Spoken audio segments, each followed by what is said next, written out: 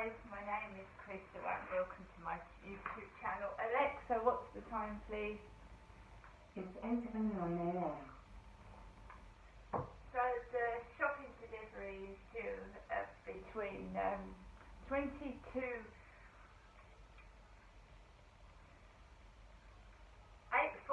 and 9:40.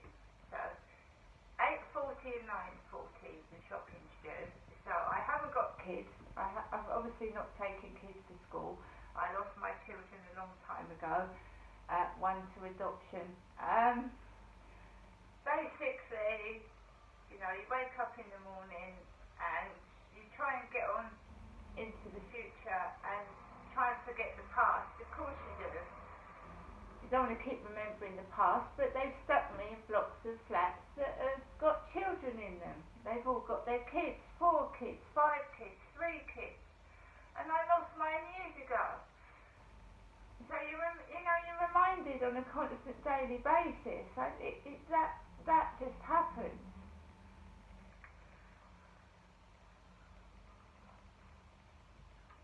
Right, so I'm waiting for the Sainsbury's delivery. The guy upstairs has gone out and taken his kids to school. My mum said to the taxi driver as I was getting on in it, carrying on as usual, and that's exactly what she used to say when people knock the door, because my dad was an aggressive, abusive man. So she used to say, when someone knocked on the door, like say a neighbour, "How are you, Jennifer? I'm carrying on as usual," because Derek was, hard to deal with.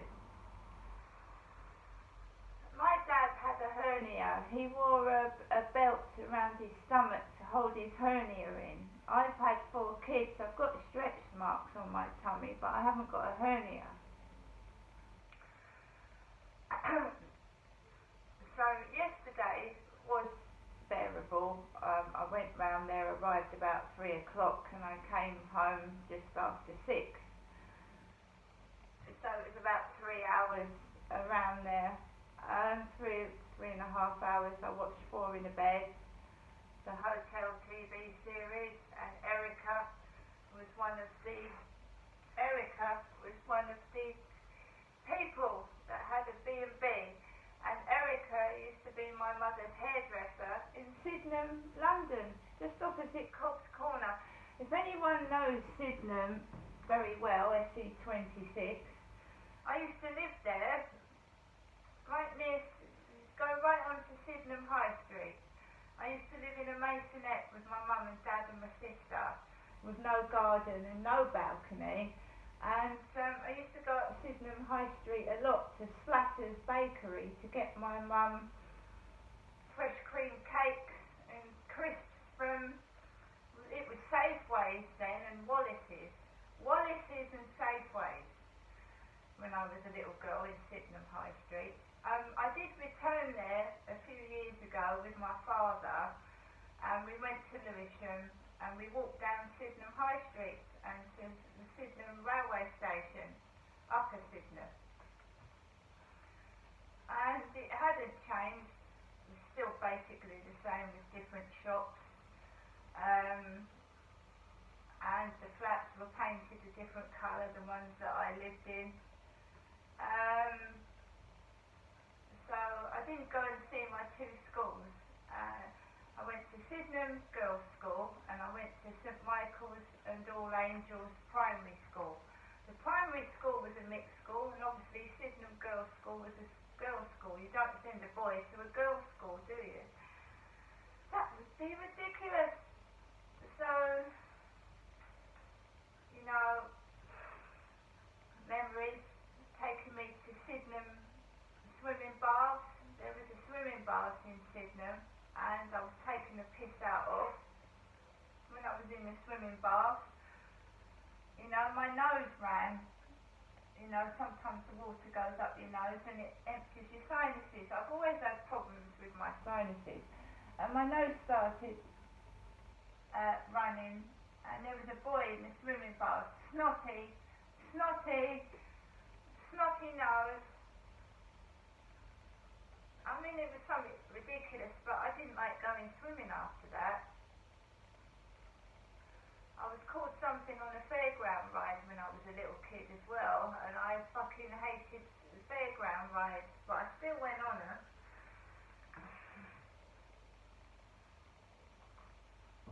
So this has been going on for years, like shouting names out at me, being cruel and nasty. It's been going on since I was a little girl. And yeah, I've lived in Sydenham for, God, I don't know, at least 10 years of my life I lived in Sydenham. So I used to go shopping for my mum. We went to Crystal Palace and saw, you know, they've got like dinosaurs in the gardens, haven't they? Crystal Palace. I used to live near there. Saw the old Crystal Palace. So if you know, there's a racing track up there as well.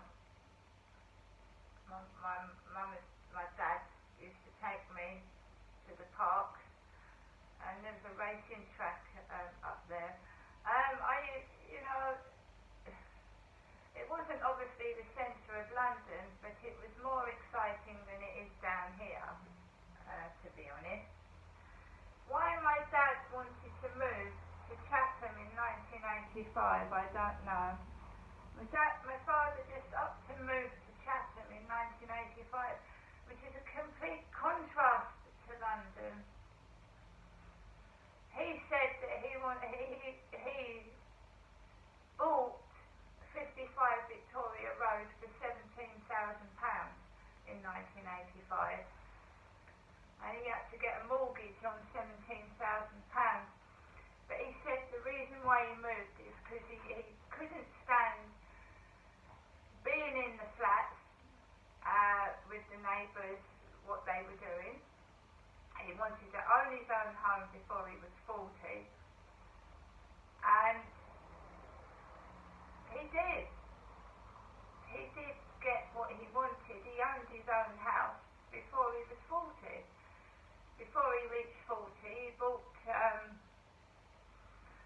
55 Victoria Road for £17,000. I don't know how much it is worth now or how much he actually sold it for when he moved to Dole Gardens, because there's conflicting issues as to how much he actually sold 55 Victoria Road for.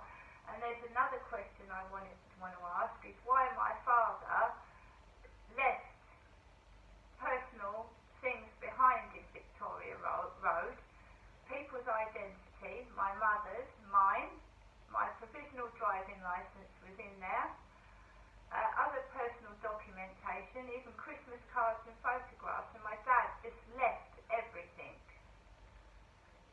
He left personal belongings of mine, with my signature on as well, and he left his watch, his retirement watch. He started selling all his clothes and his books, getting rid of the clothes he was wearing, and you know, it wasn't the same. So my provisional driving licence had gone missing in Victoria Road, and the same as in Stanley Road, my divorce papers and my wedding ring.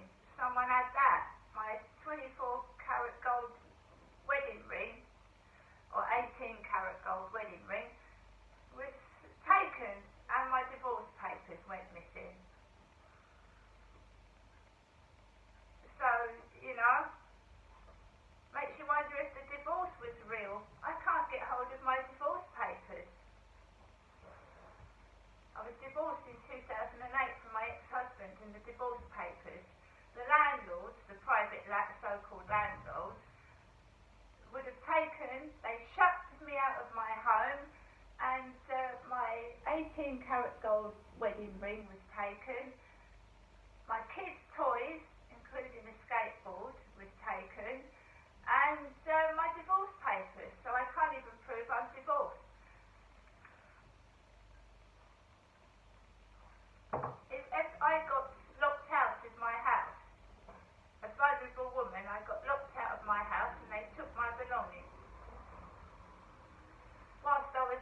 women's safe house. They took my stuff. Right. I am going to get on with the rest of my day. I'm going to get my shopping. I'm going to get my medication, right? I'm going to see my mum tomorrow.